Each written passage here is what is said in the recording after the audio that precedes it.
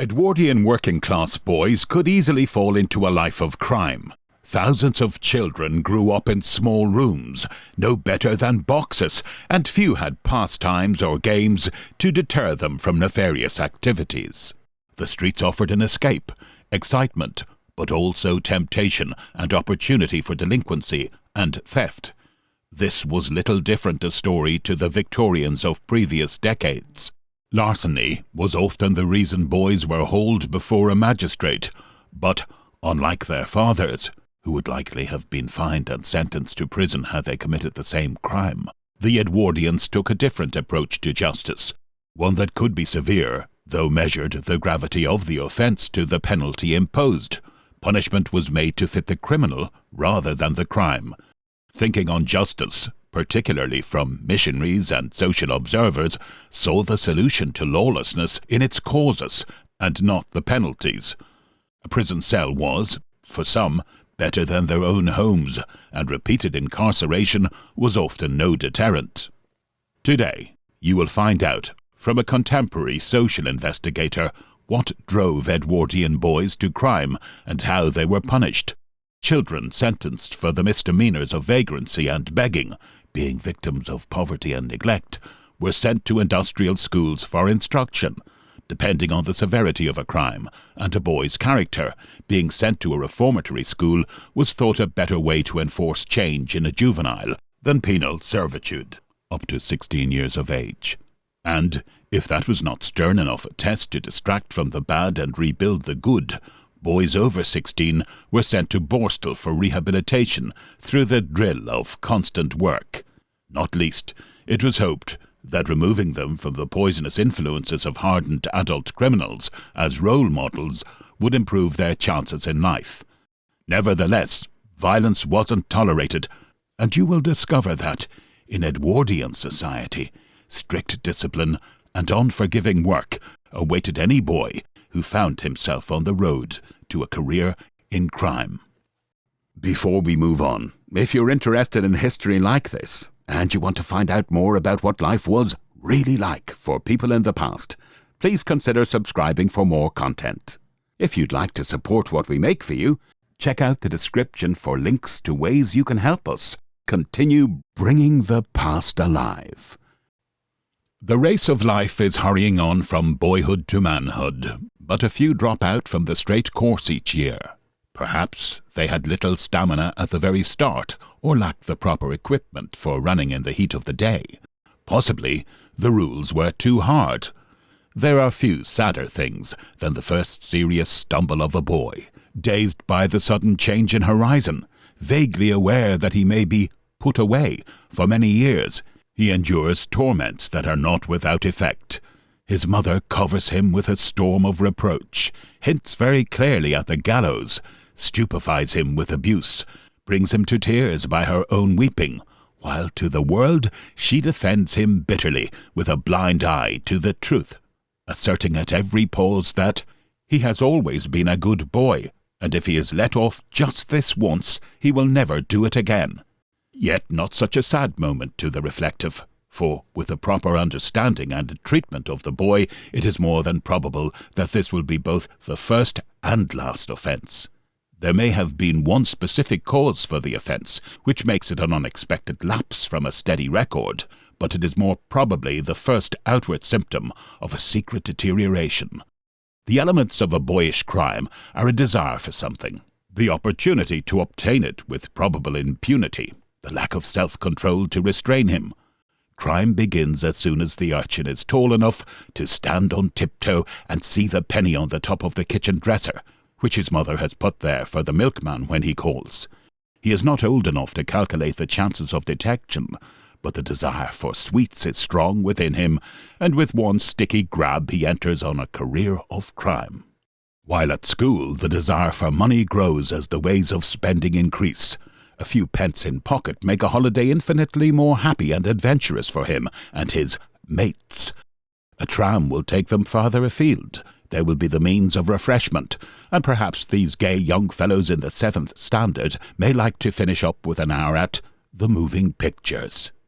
A schoolboy rarely has tasted the pleasures of dress, But in a few years, ties and waistcoats will tempt him. Only 6 pence a week remains, as a rule, for pocket money, and this will not go far if a taste for music halls and mild gambling begins to show itself. Later on come periods of unemployment, when the desire for money is great indeed, when every shop window and every open door is a fierce temptation. Long hours of idle wandering and disappointment are twice dangerous. They make the need of money more urgent, while weakening the power of resistance. The second factor is the opportunity, and here, again, the way is clear to the young offender. The open stalls in the road, piled high with oranges and nuts, offer an easy practice ground to the young, artful dodger. Penny-in-the-slot gas meters protect their wealth by a thin plating of tin, easily broken by any instrument in the hand of a small Bill Sikes. Employers are sometimes a little lax in the checking of petty cash expenses, and the office boy notices that the stamp account is a possible source of a little weekly bonus. The more adventurous will find many doors insecurely fastened, and cash boxes in full view within, their old locks responsive to any piece of bent wire. The third factor, most marked in offences against the person, is a lack of self-control. There may be a burning desire, opportunity, and secrecy may be assured, but if there is sufficient restraint from within, the act will never be committed. Unhappily, this self-control is not too common in South London, and it is not so easily taught to a boy or man. In many lives, impulse reigns, reason and moral instinct only being summoned after the act to consider the future and condemn the past. It is because impulse so largely governs the London boy that many juvenile offences seem unaccountable, and the boy can only suggest that something seemed to come over me like, and I did it. It will be readily surmised that, since the desires of youth are greedy rather than vindictive, the great majority of juvenile offences are cases of theft. There is always a stream of high-spirited fellows in the police court summoned for playing football, or swearing, or gambling in the street, and dismissed with a few words of advice and a small fine. But the proper, youthful offender is one arrested on a more serious charge. There is an occasional variation in the direction of assault or moral offence, but 9/10 of the boys arrested are charged with some form of larceny. 10 years have seen a revolution in the treatment of these boys. There has been a total change of principle and point of view. The old heresy of making the punishment fit the crime, although set to haunting music in a more cheerful context, has given place to a new theory by which the punishment is made to fit the criminal. When a boy is apprehended for the first time and brought before the bench, and his guilt fully proved, the magistrate is asked to view the actual offence not as the chief guide in determining punishment, but as a mere index or symptom of his general condition. It is upon what the boy is, and not upon the single act committed, that the magistrate will focus his attention. This is the true point of view of the optimist, who remembers that the boy is only a beginner, and stands at the most critical stage of life, losing sight of the crime, save as evidence of character, and thinking only of the young criminal and his points of weakness. The magistrate is led to weigh alternative methods of treatment, rather than measure out by mere arithmetic a dose of imprisonment. Yet boys are quick to measure the gravity of the offence by the amount of punishment it brings, and any treatment of juvenile offenders must carry with it such penalties of discipline and hard work as are likely to deter the friends of the accused from ever following his example.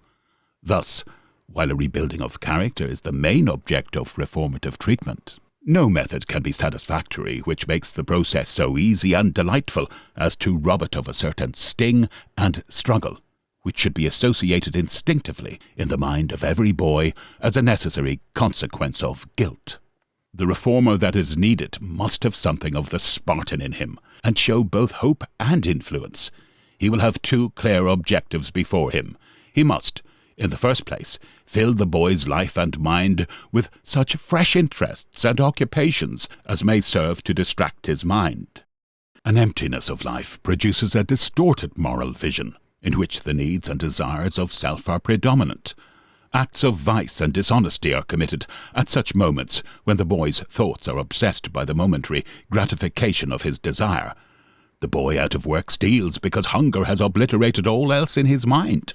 Another suffers from the brooding desires of immorality because there is a lack of healthy interests to banish vile thoughts. It is not surprising, then, to find that boyish crimes are most commonly committed in the stress of unemployment. It is further true that, as a rule, boys in prison have few hobbies or pastimes. They are not great cricketers or politicians. The country boys have little interest in flowers or birds. The standard of elementary education and general knowledge is abnormally low. For reasons such as these, it is that the poor man becomes a criminal, while a richer man of the same moral weakness, who can buy a different distraction every month, remains legally innocent.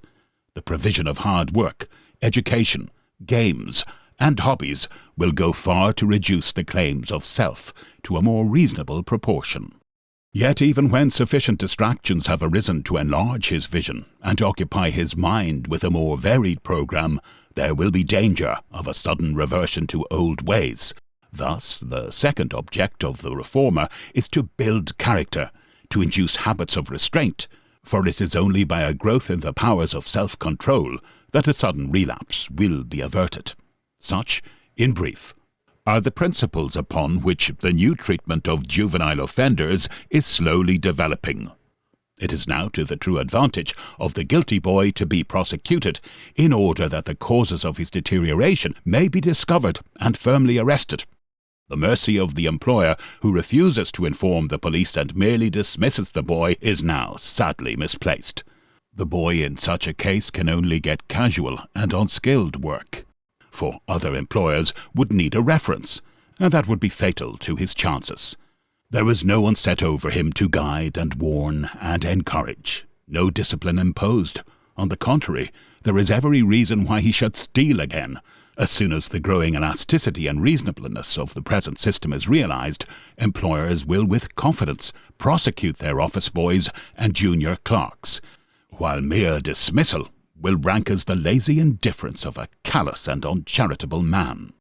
The youthful offender under 16 is no longer charged in the ordinary police court among the old and hardened prisoners. The proceeding is stripped of the glamour which so curiously attaches to the sordid precincts of a police court, for the case is heard quietly in an ordinary room, where the formalities are as simple as possible, and from which the admiring public is excluded.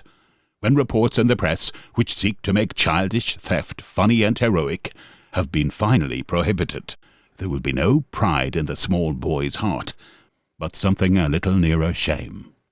If the case is proved, the boy is usually remanded for a week. Conviction is only the first half of the magistrate's duty. With young offenders, the second half, which consists in adopting a method of treatment, is quite as important and demands much inquiry and evidence as to his home life, character, and prospects. During these days of waiting, the boy under 16, if not released on bail, is sent to a remand home, where he will be retained under wise discipline till he is due again at the children's court. There is a strange and sad little crowd at such places, coming and going, none staying for more than a fortnight, and some but for a night. The youngest is not yet in trousers, and was found at midnight on a doorstep, with no mark of identity. He will be charged with wandering, though, in truth, he cannot walk, and the law, with another twinkle in its grey eyes, will go on to complain that he had no visible means of subsistence. Such a child will spend his second birthday happily enough in the shelter of some home, where he will stay till he is a strong lad of 16. The older ones do not look very desperate, though hunger and short nights have begun to mark their faces.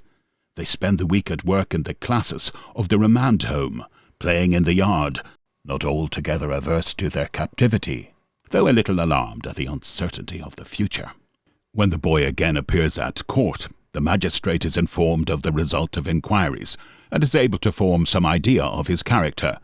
If under 14, he may not be sent to prison, but there are 12 alternative methods of the treatment, detailed with some pride by a clause in the Children Act.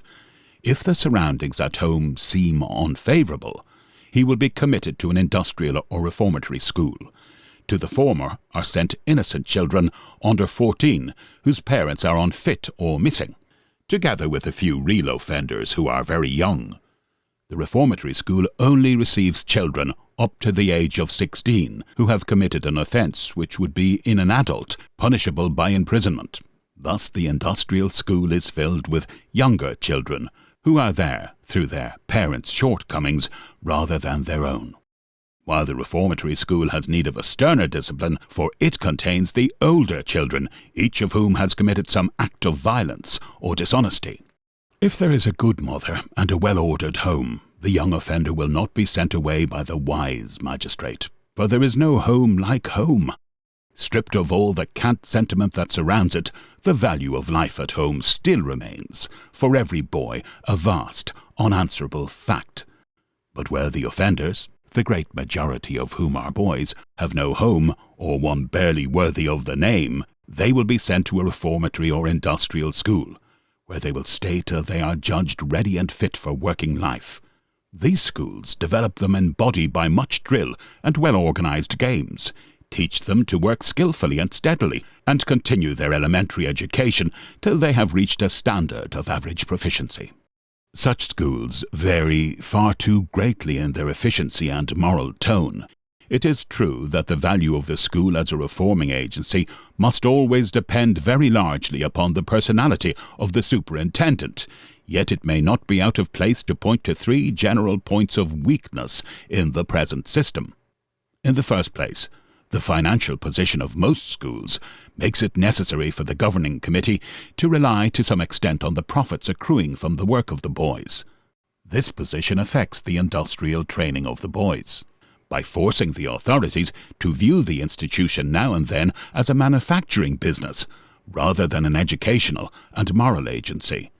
Secondly, the standards and methods of discipline appear often to harden and embitter rather than build up habits of self-control. Finally, there is a laxity in the supervision of boys discharged on license, which nullifies in many cases the good effects of 4 years' training. When these difficulties have been overcome, and the school staffed throughout by the right type of men, the great volume of thought and work and generosity represented by these schools will reap an even greater reward than at present. After 16, the young thief is too old for such schools. Yet, even so, prison is no longer the necessary punishment. He may, like any other offender, be put on probation for 12 months. In this case, the sentence is deferred for a year, during which time he has opportunity to retrieve his character and is given the advice and assistance of a probation officer. If he takes advantage of this respite and settles to regular work, he will hear no more of the matter. But should the probation officer in one of his weekly reports have reason to complain that the boy has broken the terms of his promise, the offender is brought summarily to the police court and sentence passed upon him. The new system of probation applies to offenders of any age and either sex. It is the recognition by the state of such certain facts in daily life as personal influence and genuine repentance. Many boys take full advantage of their period of probation and never appear again in the police court. Stump, for instance, was a doubtful case, but in the end justified the system. He had formed a group of adventurous boys for purposes of petty larceny, and, though most of them were barely 17, they succeeded in capturing a good deal on crowded nights from the stalls in the road. Stump was undoubtedly the worst offender, and the police, to whom many complaints had been made, were not sorry when they succeeded at last in catching him red-handed, with a second-hand skirt under his arm, which he had snatched from the barrow of an old clothes dealer. He had long been known to be a thief, but this was in the eyes of the law his first offence. The magistrate was such an optimist as to see the germ of good in Mr. Stump, aged 17, though his appearance was neither honest nor attractive. It appeared, moreover, that he had never had much of a chance, for his home was a poor one. He had never been to work since he left school, and he had no decent friends. Conviction and sentence were accordingly postponed, and he was handed over for 12 months to the care of a probation officer. Now came his chance. Work was found for him, and, Though he felt 10 hours a day in a factory a very grim change from the unchecked independence of street life, there was enough character in his small, squat person to repress his yearnings and make him a steady workman. He was made a member of a boys' club and spent most of his evenings in cheerful company, acquiring many new interests and topics. They taught him to box and run. Some evenings he might be seen darting along the road in club colours, past the very stalls where he used to snatch and pilfer. Summer found him at camp, fast friends with his new-found set of ordinary working boys, still rather surly in face and manner, but beginning to be recognised as an occasional wit and a staunch sportsman. His character, when developed, had many surprises for his friends, and Stump is now a pillar of society, as immovable as a churchwarden. This natural and friendly supervision has done far better for him than the expensive machinery of prison. If probation seems too lenient, or has already proved unsuitable, a boy between 16 and 21 may now be sent to a Borstal institution. The minimum sentence is 12 months, and a longer period will ensure a greater chance of reform. Under this treatment, either at Borstal, near Rochester, or at Feltham, the boy learns to work hard without stopping for a minute. He is subjected to a stern discipline, but finds that by hard work and good conduct he may gain certain privileges of association and liberty. Borstal's maintained authority through discipline. Corporal punishment by birch-rod was available where, for example, an inmate of over 18 years of age had committed assault, but was, in practice, rarely used, and only by a visiting magistrate. He is discharged only on licence and is supervised with some vigilance. If on regaining liberty he shows no disposition to work and live honestly, his licence is revoked, and he serves an additional 3 months. This is but a summary of a great thoughtful plan to save the beginner from a career of crime. Behind it is an effort to distinguish one type from another and provide alternative methods of treatment. And in any treatment proposed for young offenders is a desire to distract them from the bad and to rebuild the good.